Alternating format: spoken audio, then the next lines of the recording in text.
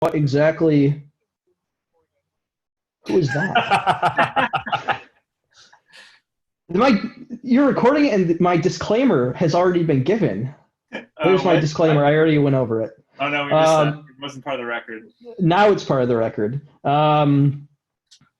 You're doing an overview of what exactly deterrence is. Then we're going over nuclear weapon delivery, nuclear weapon defense as defense against nuclear weapons, and then other nuclear weapon stuff that I find interesting. This presentation is pretty much going to be specifically from a Cold War perspective, and then also a U.S./Soviet Union perspective. There are other nuclear weapon states, and nuclear weapon strategies developed a lot since the Cold War, particularly with rogue states and potential terrorist actors. That is not going to be the topic of today's presentation. So this first couple slides are going to be quotes from different leaders in the early United States nuclear defense area. This is General Curtis Lemay. He was in charge of the Strategic Air Command, which is the Air Force command in charge of nuclear bombers at that time, and then also nuclear missiles now. He was a very interesting individual. I can get to him a little bit more once you go through the quotes, but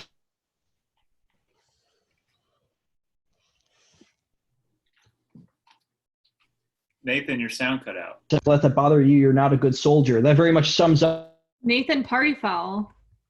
The whole outlook on General Lemay. He's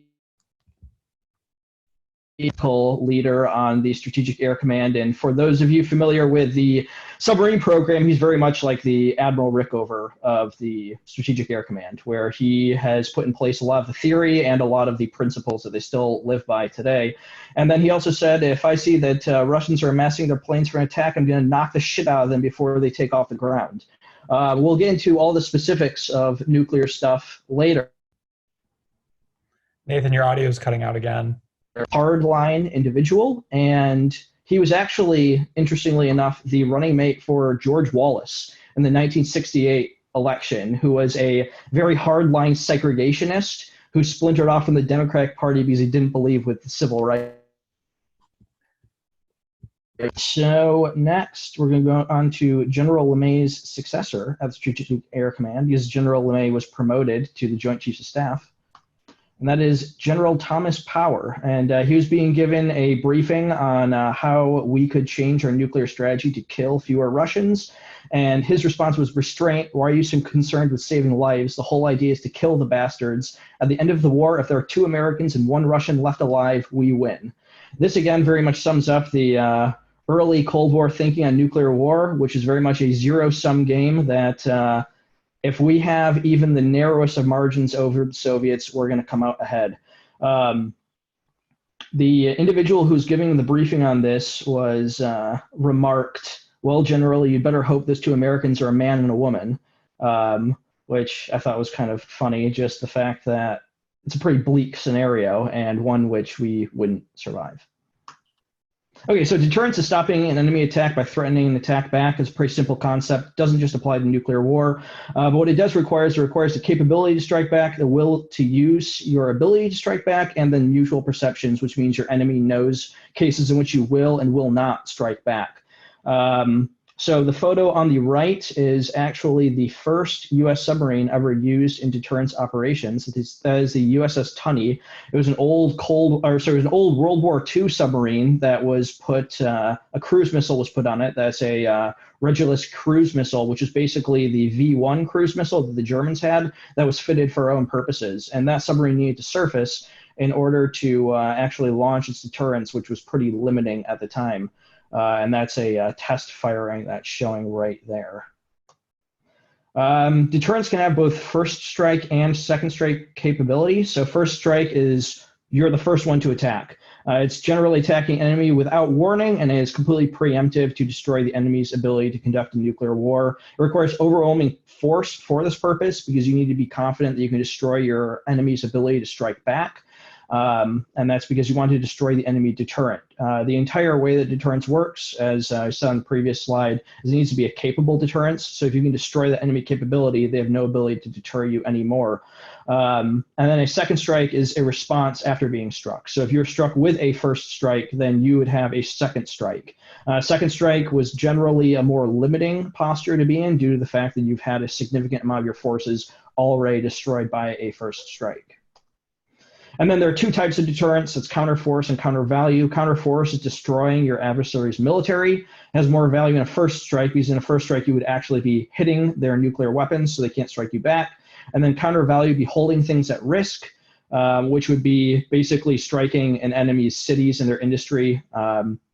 Neither of those things would have much of a purpose in a nuclear war itself, because a nuclear war would be a very short-lived engagement. It wouldn't be one in which your population or industrial might would really matter much after the engagement itself. So it's more threatening. Oh, you see Amy Carroll is almost here. Hello. Hello. Counter value, you're holding things at risk, and it's more value in a second strike due to the fact that with the second strike itself, it doesn't matter that you're able to hit their nuclear weapons because they've already launched them at you. So just to show a little example of counter value, Pat here is living in Berkeley right now. So I took Nothing of value in Berkeley. Yeah, I took something. This was a 20 megaton nuclear weapon, which is the same size as the largest weapon the Russians ever deployed on a missile. And I centered it on Berkeley.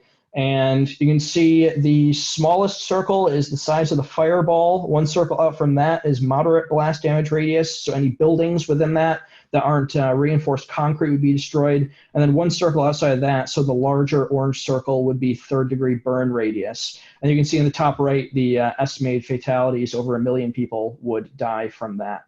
That shows really how significantly powerful these weapons are. And really their value in a counter value strike due to the fact that that's a lot of people who are being held at risk by that weapon. So there are 3 primary delivery methods that we currently use in the United States.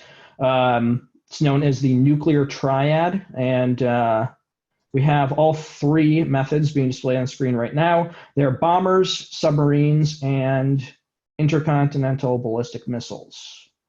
So the first is bombers. Bombers are useful from the standpoint that they are flexible in both loadout and response. You can put a lot of different mission packages into a bomber, and a bomber also has the ability to be recalled. You can send a bomber out, and if it turns out there's not an actual threat, you can send the bomber back without the without the weapons themselves being deployed. That is in contrast to the next 2 that we're going to talk about, where once you launch them, there's nothing that you can do in order to take them back. Bombers also have non-nuclear uses, so for just general defense purposes, they are useful from that standpoint as well. On the picture, we have the 3 primary bombers of the Cold War era. The top one's a B-52 bomber, which was made in the 50s. One of the first bombers designed specifically to go to the Soviet Union. It's kind of a traditional plane type. One below that is the B-1 Lancer, which was originally designed as a high-altitude supersonic bomber. That was a very controversial bomber because it was kind of out of date before it was even built. And then below that, you have the B-2 Spirit, which is currently still our most advanced bomber. It's a stealth bomber, and it was designed to do low-altitude penetrations into Soviet airspace. Next, we have Icbms, which are intercontinental ballistic missiles. Advantages of those are far from the enemy. Most of those are in like the Dakotas or Kansas or Nebraska. They're also in hardened locations, so they're difficult to destroy. And in order to have a successful first strike against them requires a huge investment because you have thousands of silos potentially, and you need thousands of weapons trained on those silos in order to take them out. So an enemy would need to invest a considerable amount of resources in order to make sure that every single missile is taken care of. The picture on the right is a silo door from an actual ICBM silo, a Minuteman II silo, which is similar to the same type of ICBMs that we use today. And you see it's worldwide delivery in 30 minutes or less, playing off of dominoes. And then we have submarine-launched ballistic missiles. These are just missiles. They're very similar to intercontinental ballistic missiles, except they're launched from submarines. The advantage of this is that it's survivable. It's very difficult to detect submarines. In a lot of cases, nearly impossible to detect submarines. And they can also be stationed very close to the enemy. So these are very useful in a second strike due to the fact that your adversary likely would not be able to destroy these. So even if they can strike you first, you have this as a survivable method in order to strike them back. Next, we're going to go on to nuclear weapon defense. One of the first nuclear weapon defenses that was designed was the Nike Zeus method. These were nuclear armed missiles that were located outside of population centers, and they were originally designed to intercept bombers. The thought was that if the Soviet Union was attacking us with bombers, they would have massive bomber formations, with the intention basically being that even if we could destroy 80 or 90% of these bombers, some bombers would still get through and strike targets. So our thought was basically, let's take surface-to-air missiles, put nuclear warheads on them. That way, we only need to detonate a few of them in these huge Soviet bomber formations, so we could destroy most of the bombers. This thought was then changed to using these for missile defense. Basically, if there was an incoming missile, we would have a radar system that would detect the missiles, and then we'd be able to launch a nuclear-tipped missile at the nuclear missile headed for us. And the thought was, just with technological limitations, it was very difficult then, as it is today, to actually hit a missile mid-flight. So you don't need to be quite as accurate if you're using a nuclear-tipped missile. And this is also designed to counter an all-out Soviet attack. At the time, we had thousands of these missiles. We basically tried to make it so that there were as many of these missiles as the Soviets had missiles. That way, we could have a one-to-one parity on this defense system. That's a very expensive thing to do, particularly with the fact that in the later Cold War, the Soviets had thousands and thousands of nuclear weapons, and that would require a huge defense buildup in order to have those. And then there's also just the question of, do we want to be shooting nuclear missiles of our own over our population centers, and would that really lead us to having that much less damage than if the Soviets just attacked us with nuclear weapons in the first place? This is a diagram of the Nike Zeus system, basically just showing the radar systems, and then you see a city all the way on the left. The hope would be that you put as much separation between a city and where you're detonating the missile, but that would not be guaranteed. Then you had the Sentinel and Safeguard system. The Sentinel and Safeguard system was originally put in place just to kind of deal with some of those problems with the Nike system, just as the Nike system required such a huge defense infrastructure in order to deal with missiles. The Sentinel system was designed for protection from smaller nuclear powers like China, powers that didn't have thousands of nuclear weapons, maybe only had hundreds instead, or for an accidental launch. If the Soviets accidentally launched a missile or some bombers at us, we would have the ability to respond to that, but it would not be able to respond to an all-out attack. In the 70s, we signed an anti-ballistic missile treaty with the Soviets, basically saying that neither of us would build robust ballistic missile protection systems. We'll get into the reasons for that a little bit later, but one of the limitations on that is that something like Sentinel was no longer legally allowed. So instead, Safeguard was put in place. The treaty said that both sides could have one location that they defended with nuclear defenses, and nowhere else was allowed to be defended. The Soviets decided to defend Moscow, and we decided to defend all of our silos in North Dakota. Then we had the Strategic Defense Initiative from President Reagan. This was a picture from the briefing that he did. He went on national television and briefed the reason for the Strategic Defense Initiative. President Reagan was pretty terrified of nuclear warfare overall. And he wanted a way to make it so that we didn't need to deal with nuclear warfare anymore, which is kind of contrary to a lot of his pretty hardline defensive views. So he came up with the Strategic Defense Initiative, which is kind of going back to the Nike Zeus system, where we would have a complete protection from the Soviet missile attack, really of any size and scope was the original intention. Here we have another diagram. This is the Strategic Defense Initiative, and it was a pretty complicated system. It relied a lot on space-based assets, including satellites that would have huge lasers to shoot down missiles.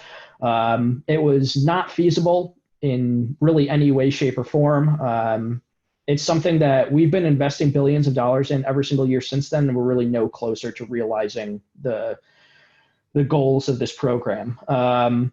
However, this did really scare the Soviets. They thought we were a lot closer than we actually were, and it actually made them more likely to hit us with a nuclear strike at the time, and that's due to the limitations of nuclear weapons defense. A lot of it's technological, like the Strategic Defense Initiative.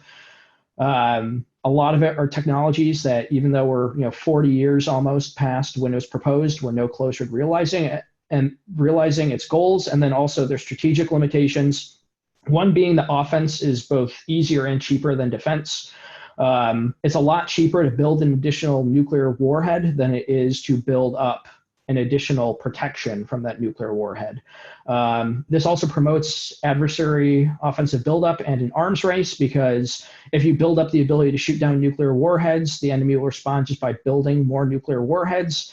And then it also incentivizes your enemy first striking you, because for the Soviets, for example, they were afraid we're going to get a full nuclear defense infrastructure in place. So they were contemplating just attacking us first before it was even built, figuring that it'd be a lot easier for them to do it then than it would be to do it later. And what they were afraid of was that if we had the Strategic Defense Initiative in place, we would have the ability to strike them without them striking back, and we would then engage in a nuclear war against them, thinking that we could win it.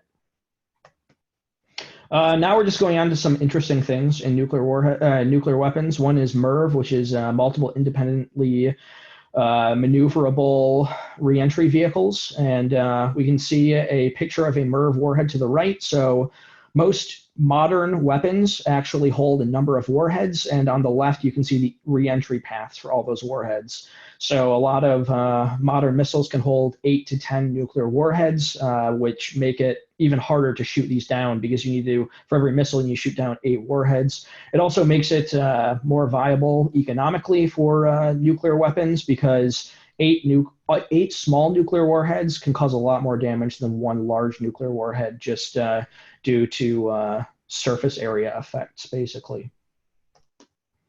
And then we have multiple protective structures. This was a silo-based system proposed by the Carter administration in the 70s.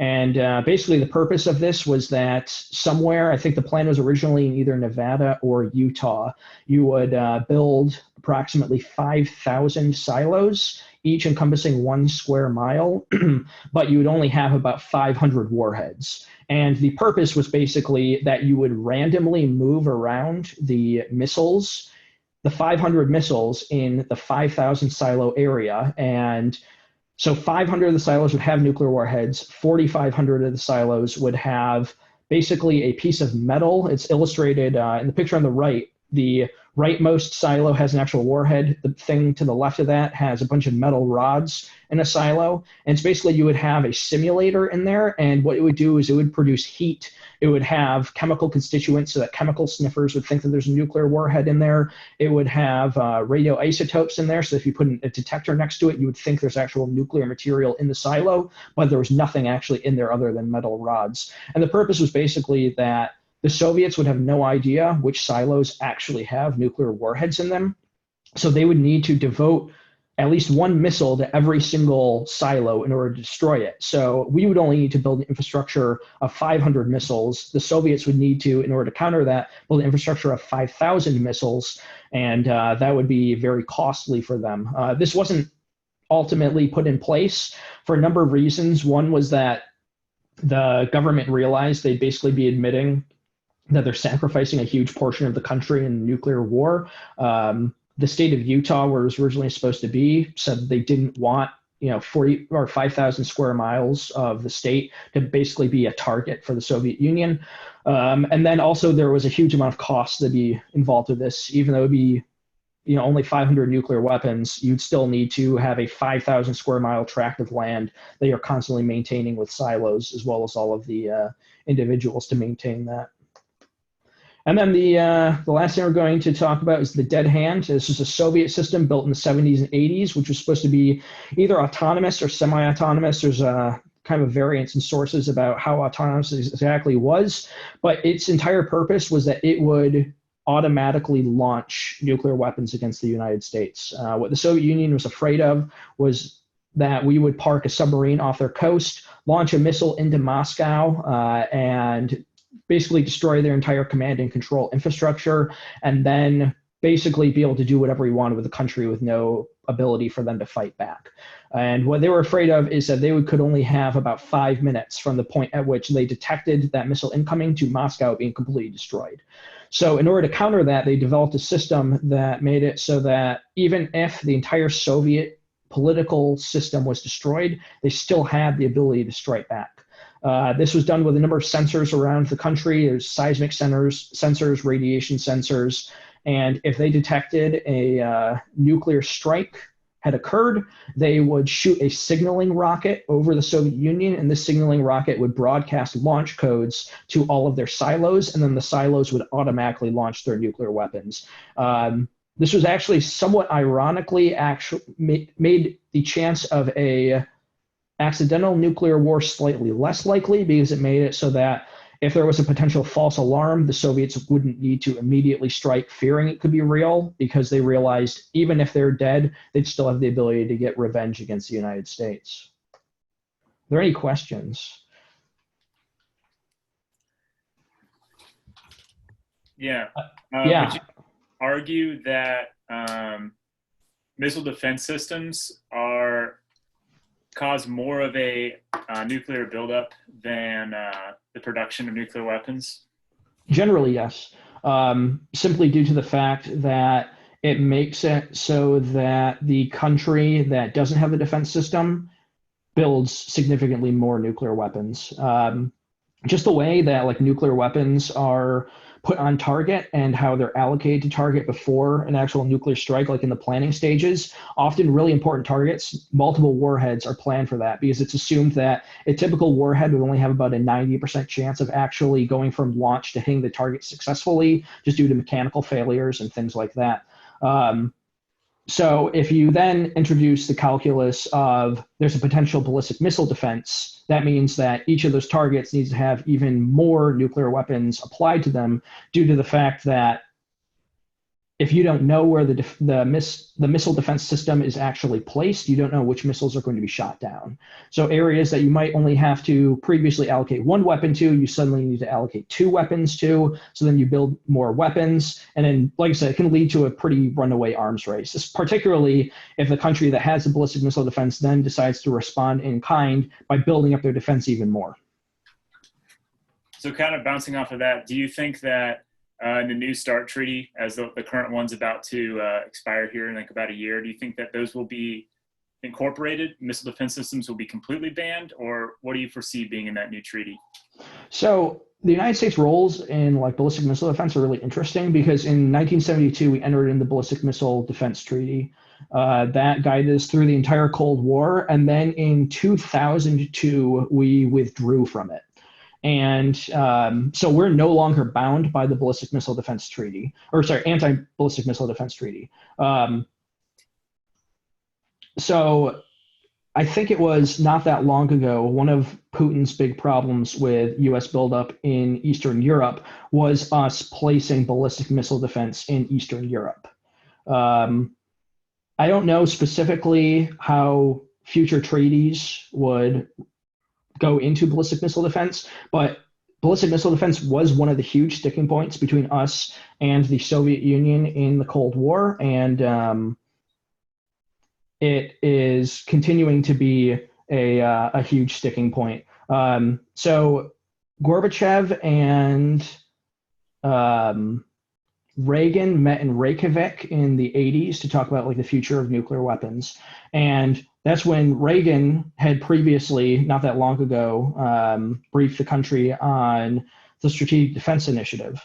And Gorbachev went into Reykjavik saying that he didn't want Strategic Defense Initiative. He wanted to get rid of all nuclear weapons. And really, both leaders wanted the same thing. And neither of them wanted a nuclear war. Both of them wanted to end the arms race, but they couldn't get past ballistic missile defense. That was a huge sticking point.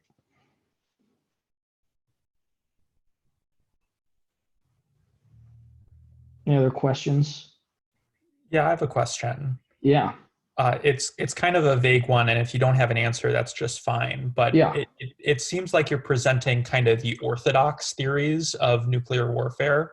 Yes. And I wonder if there are like, I don't want to say if there heterodox theories or unorthodox theories that are like promulgated by a lot of people. So like not like the true wackos, but if there are other kind of theories of warfare out there that like a lot of people put forward but aren't necessarily like the orthodox and not like commonly accepted by the practitioners of nuclear warfare. An interesting one that the Soviets used in the beginning of the Cold War was their belief that nuclear weapons could actually be used to de-escalate conflict. The traditional American view is that nuclear weapons can really only be used to escalate a conflict. As soon as you start using nuclear weapons, it's just going to lead to more nuclear weapons and more powerful nuclear weapons. The Soviet thought, at least in the 50s, was that they would use small-scale nuclear weapons in Europe, basically to scare us out of using nuclear weapons ourselves. So that's a pretty unorthodox one. Yeah, a lot of the unorthodox opinions are also located just in defense. A lot of counterintuitive things come from defense just due to, I mean, you have a lot of game theories going into all of these applications of nuclear weapons and trying to know how your enemy will respond to them. Like, I mean, it's kind of ironic that ballistic missile defense actually could make everybody less safe. And ballistic missile defense in its current incarnation is really intended for use against like North Korea, so that they can't hold us hostage, so to say, with a handful of nuclear weapons. In its current form, it's not intended to stop an attack of thousands of weapons. So you talk about kind of those weird one-off strategies. A lot of countries, China included, have policies where they have openly stated, and it's their doctrine, that they will never be the one to initiate a first strike, where the United States, we have no such doctrine or law or national treaty or anything. What do you think? The Chinese actually arguably don't have the capability to do a first strike. They have basically a what's termed a minimal deterrence capability. They only have enough nuclear weapons to credibly threaten population centers. They don't have enough to actually threaten our nuclear weapons. So if they were to ever use it in a first strike, they wouldn't destroy any nuclear weapons, and then they'd be completely exposed, basically. What do you think of the U.S.'s policy of not openly stating whether, basically, we're not saying that we will never be the one to use a nuclear weapon first. We're saying so that part of that's by design, due to the fact that, particularly in the early Cold War, the threat was basically that the Russians would never get to the point of using nuclear weapons just because they didn't think that we would. So, for example, the fear was always, we have a so-called nuclear umbrella over Europe, particularly in the Cold War. The thought was, we basically tell like the Germany's, and before that, France and United Kingdom, both of whom both have nuclear weapons now, we tell them, hey, you don't need nuclear weapons. We guarantee your safety. If the Soviets ever invade, we will use any force. We have the ability to use up to and including nuclear weapons in order to guarantee your safety. So if we would promise not to use nuclear weapons first, that could be seen as abandoning those allies, because the Soviets or the Russians could potentially invade Western Europe with purely conventional forces, never use nuclear weapons, and in that case, we would have no ability to really stop them, because our only credible way of stopping them would have been nuclear weapons.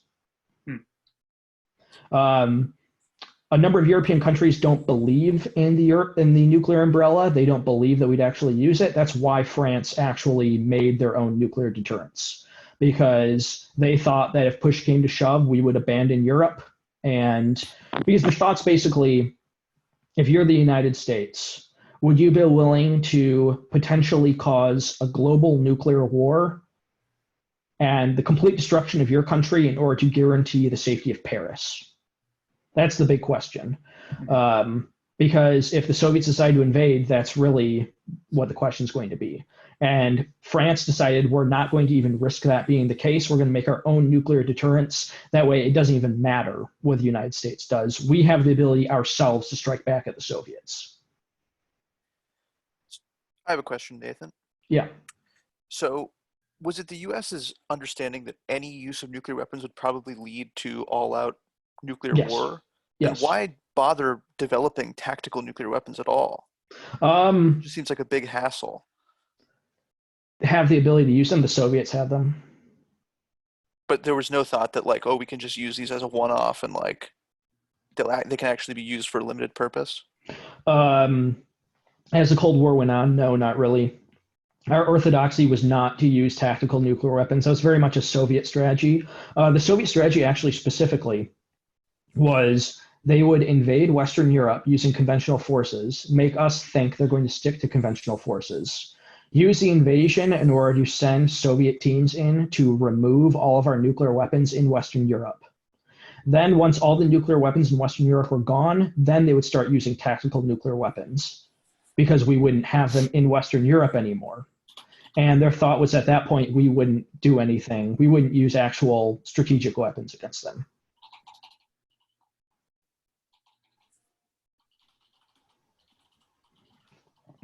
Yeah, a lot of the reason why we don't use, or a lot of our orthodoxy wasn't use tactical nuclear weapons was basically the fear that tactical nuclear weapons are much more difficult to control than strategic weapons. Strategic weapons are generally pretty concentrated. They have direct communication up to like pretty high command, including the President of the United States. The thought was a tactical nuclear weapon would need to be engaged by or used by commanders in the field. And at that point, you're not talking about the president or generals, like star level military officers using them. You're talking about colonels and lieutenant That's what I was colonels, wondering. majors. That, all of a sudden it's at their level that they're using nuclear weapons. And, it could be that you either have someone who wants to provoke a war or someone who doesn't understand the full situation and they use it. And then all of a sudden the situation spirals out of hand completely.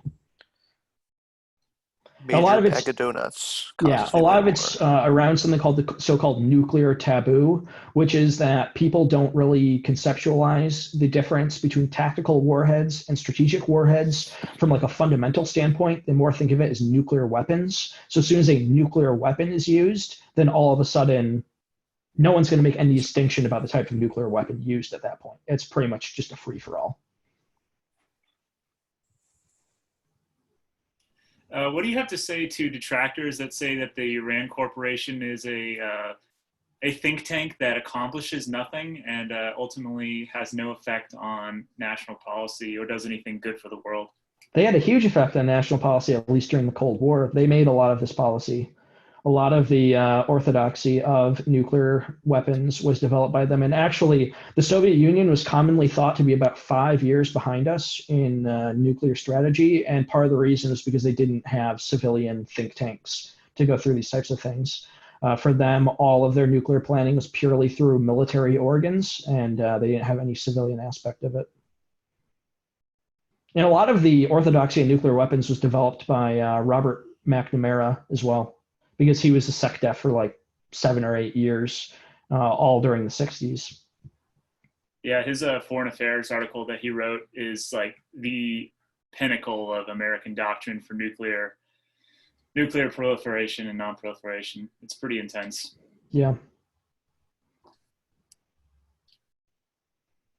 Oh, Robert, I do have one unorthodox thought. It popped in my head.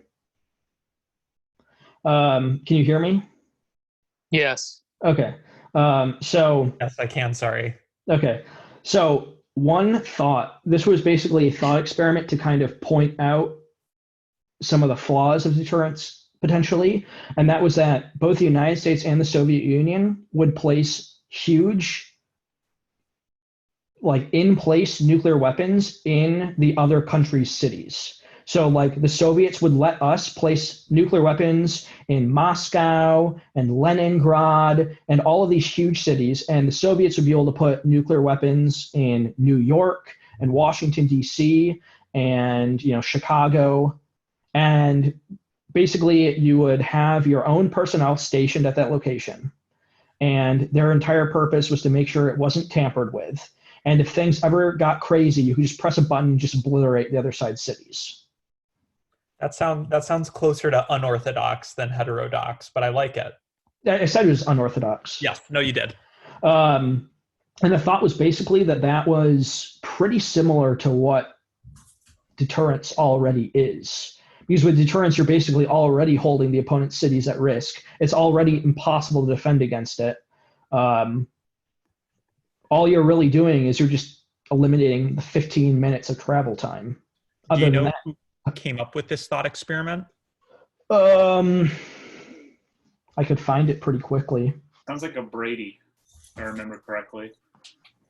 Nathan, it's interesting that you talk about this because I don't know if I told you, I just finished auditing a course on nuclear weapon security and policy. I sent you actually just now all the course files if you want to take a look through those. Oh, cool. Interesting. There's a lot of stuff in there. Some of the stuff we didn't talk about, like centrifuge development and the policies around that. That was pretty interesting. Yeah, a lot of this stuff is completely changed by the fact that like a lot of additional countries have their own nuclear deterrences now.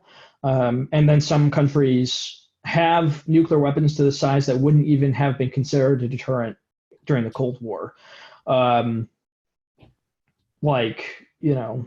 North Korea has maybe a dozen nuclear weapons, but it's still a deterrent because just the scope of what's at risk is completely different now than it was back during the Cold War. I think there were like some plans during the Cold War that, we would kill something like 60% of Russians and we destroy 80% of their industry. And if we did it right, the Russians would only be able to kill 10 to 20% of Americans and destroy like a third of our industry. And that was considered acceptable trade-off. Jesus Christ. Also, the plan really up until the Kennedy administration for nuclear war was the SIOP, the Standard Integrated Operations Plan.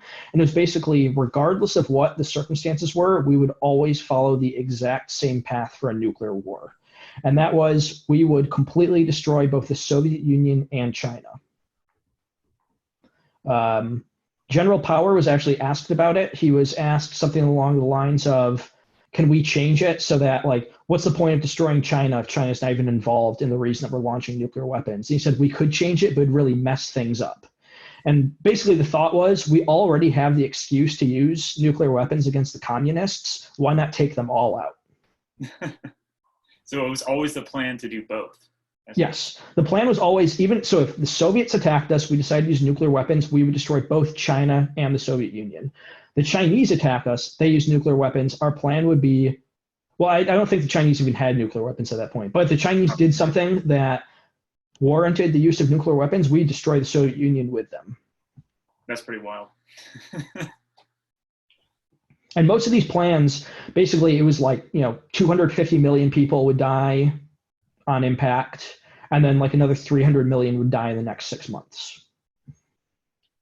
And this was, of course, a world with a much smaller population than it is now. You're talking about a world with like 3 billion people instead of 7 billion people.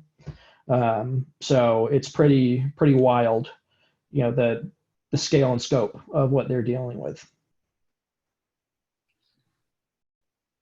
Did they ever, since America's such a, like, I guess, industry, not just technological or just like building cars, but food wise, did they ever think about, if we do go nuclear war, the numbers of people that are not involved end up dying? Because I feel like if we start going nuke, like if we get nuked, the breadbasket of the Rust Belt is gone. Those were like the estimates of how many would die in 6 months. Those were generally from either radioactive fallout or due to the fact that you basically don't have an economy anymore. The most optimistic predictions for a nuclear war would be they would set the world back 100 years economically. That's best case scenario for an all-out nuclear war. Worst case scenario is you don't have a civilization anymore. I don't know. If we did that now, we'd be in the roaring 20s. It sounds pretty good to me. Compared to what we got. No. Were you born in the wrong time? You wish you could have had your suit and your jazz music. Yeah, exactly. Speakeasies. Yeah. Any other questions? I had one more, but now I forgot it. Robert, you have something you want to ask? Nope. Well, on my hand. thanks for putting that together. I thought this was going to be about RuneScape. It was very Could be surprising. RuneScape later. I don't know. I don't feel like, if I would have known who was joining, I would have maybe done RuneScape. But Well, that's the good thing about this lecture. You never know who's joining. yeah. Leo, yeah, you were considering doing one next week? 2 weeks, 2 weeks. Okay. if that works. Yeah, definitely. Oh, another couple cool things that I didn't put in here, but there were other silo arrangements. One was called Dense Pack, and it was basically we would orient all of our silos north to south because the thought would be that the Soviet missiles would be coming from the north, and you would put all the silos super close together, and you'd put these like huge berms in between them. So if one missile went through, it would cause basically a huge amount of dust and debris to go into the air and hopefully mess up the nuclear warheads that were coming in further. But MIRVs basically made it so that wasn't possible. You could have it so multiple warheads could hit at the same time. And then another one was it was like the Southern Protection Strategy. And it was basically all the warheads would be coming from the north. So you'd place all of our silos on the southern sides of mountains. That way all of the Soviet warheads would hit the mountains before they'd be able to hit the silos. Huh. I think some other ones were basically you would have massive silo fields, but you would put them in international waters on the bottom of the ocean where no one would know they're there. But it turns out that's illegal. You can't put nuclear weapons in international waters with like no one there with them. Other ones were one from like the 60s was you'd have a nuclear powered cruise missile that would have a bunch of warheads on it and it would just like cruise like over the ocean, and then you would give it the signal and it would just fly and drop bombs on the Soviet Union. And it would idle for months at a time. Hey, Russia's got one of those. It's on the news. I don't think they have it like idling all the time though. Made me think of with the development of the Space Force. Do you think that exacerbates like the nuclear realm in any way? Do you think with the weaponizing of space, it's going to cause more tension? I don't know. Sure, why not? The Soviets did have plans to deploy nuclear weapons in space, and one of the big problems with that is that you have a lot less warning. Particularly because basically the way that our warning systems work is you basically have a satellite. If you have like the planet here, you have a satellite that's looking over the horizon, and what it can see is it can see the shadows of missiles being launched because you position the Earth in between the satellite and the sun. Uh-huh. So you can see like little dots coming up, and that's where the missiles are being launched. So the way that we detect missiles right now is when they're being launched. So if you put the weapons in space, all you need to do is drop it. So you cut basically the time from a missile to be launched to hitting the ground in half, and it's a lot harder to detect because you can basically have it so it's purely kinetic at that point instead of actually launching something. Mm-hmm.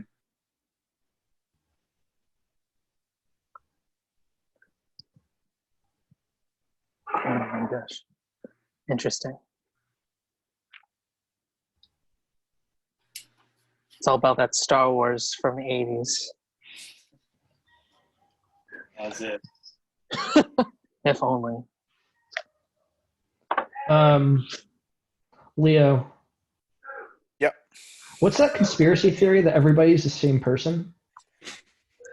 I don't know. There's a name for it. It's basically just one What's guy. the website? What's the website though? There are a couple, but I think. Hold on, I'm trying to find it right now.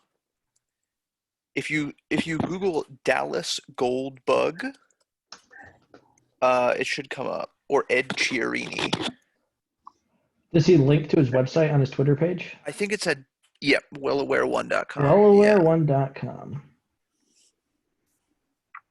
Have you briefed people on this at all, Nathan? No. Patrick, So, yeah, I'd be it's basically interested just in giving every a presentation as well at some point. Yeah, Yeah. Yeah. it's definitely worthy of a shitty TED Talk. every famous person is one is one of like 5 people. right, who are all members of the same family. Where on the site do I go to find them? I don't know. I was trying to do it the other day. Good luck. Hashtag Sandy Hook. Good. Oh man, there it is. Alex Jones. Okay. Basically, this guy claims that every celebrity is like the same person in disguise. Or at least has one doppelganger. Yeah. Popular. Maybe it's under popular. There's a lot to unpack on this website. What's this one? Yeah, any of those will work. Tried to deny me now. What's this one claiming? This is who Trump really is. He's Ron Masak? Yeah. Who's Ron Masak? According to Wikipedia, a familiar character actor. He was mostly active in the 70s and 80s. Guy that looks like other guys. Interesting. But a lot of it is done by ear biometrics and hand vein. Well, I know he's really big into all those